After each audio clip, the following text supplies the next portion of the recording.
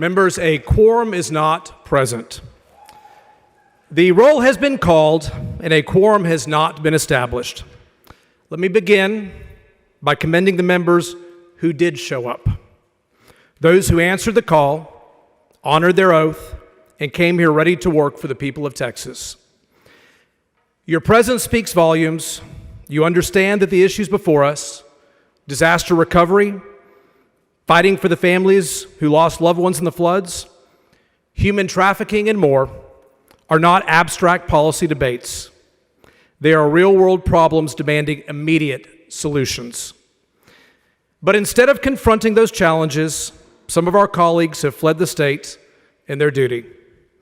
They've left the state, abandoned their posts, and turned their backs on the constituents they swore to represent.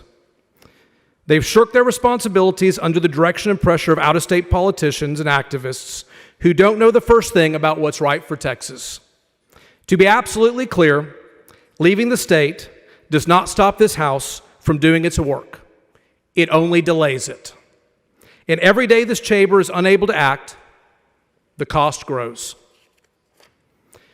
In response to this dereliction of duty, and pursuant to the rules of the House, I am prepared to recognize a motion to place a call on the House and any other motions necessary to compel the return of absent members.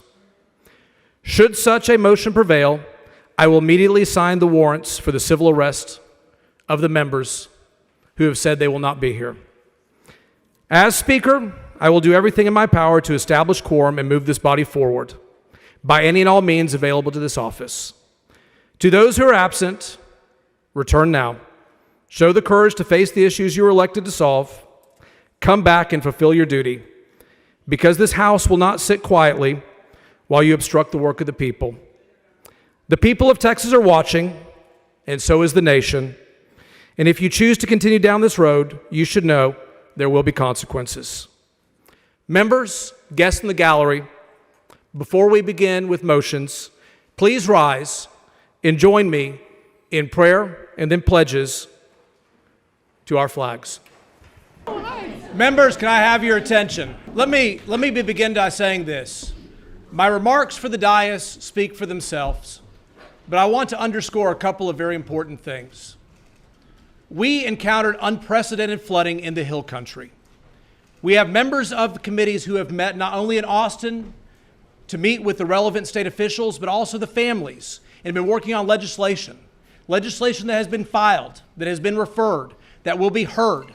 Important legislation not only dealing with funding necessary for the victims, but also changes in policy to help future floods. I have 3 boys who are about to begin school. They all remind me one of the things they want to do is for us to eliminate the STAR test. The governor has put that on the call. That is important. It is popular, and it's something we've been working hard to do in the state of Texas.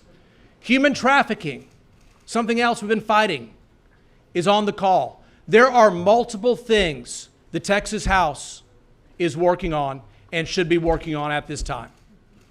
Pursuant to the Constitution, the governor gets to set the agenda, and the Constitution says the members of the legislature shall show up to do their jobs. I am proud of the members who are here. It was bipartisan.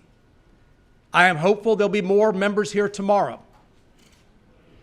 But I am disappointed that while these members are here reporting for their duty under the Constitution, others are out of the state, in New York, in Chicago, in places they do not represent, obviously getting lots of attention at this time.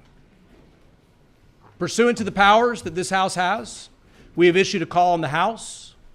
The governor has called me, and I appreciate his support. He has offered DPS to fully help us make sure we need to do what can be done to establish a quorum and do this special session. Let me assure you of this. While our work may be delayed, whether it's tomorrow or next week, the House will complete its required duties. With that, I'm happy to take a few questions. Mr. Speaker, so you issued arrest warrants what comes next, both on that end for members out of state and any that remain in the state going forward? I have signed the civil arrest warrants. We will work with DPS to locate members. I saw, for instance, there is one member who said that they're doing a fundraiser here in Austin tomorrow. And I've sent that fundraising letter to DPS and said they should be invited to attend as well. We'll see how that goes forward. Are there ongoing conversations with either the Democratic caucus or individual Democrats to convince them to come back? Look, I am very hopeful and optimistic they will come. I know that they believe in a lot of the work that we're doing, and we will continue to have open lines of communication. If you're asking for specifics, even before I was Speaker, I've always thought one of the privileges of being a member is we don't talk about specific conversations. But I certainly welcome all of our colleagues back to help us come back here, take care of the issues on the call, and address them in the way all Texans expect. Do you agree with the governor then, given what you just said, that some of these fleeing members have forfeited the right to have elected office by being absent? So you have asked me a legal question, and as a lawyer, I try not to give legal answers without actually studying and knowing all of the facts and the law. What I can tell you is this. I appreciate the governor offering his full cooperation and assistance in that of the DPS to help us do what we can do to establish quorum and basically fulfill our constitutional obligation of showing up and addressing the issues on the call. For clarification, will the $500 a day fines be imposed? They are automatic under the House rules. They will be imposed. One more question. Can you explain, you just mentioned a little bit about trooper involvement.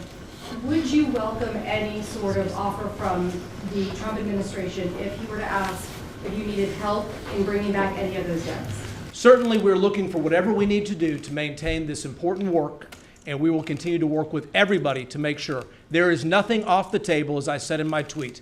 Members, thank you all very much. We appreciate your time and attention. More to come. We will be here tomorrow at 1 o'clock, hopefully doing the business of the state of Texas. Thank you.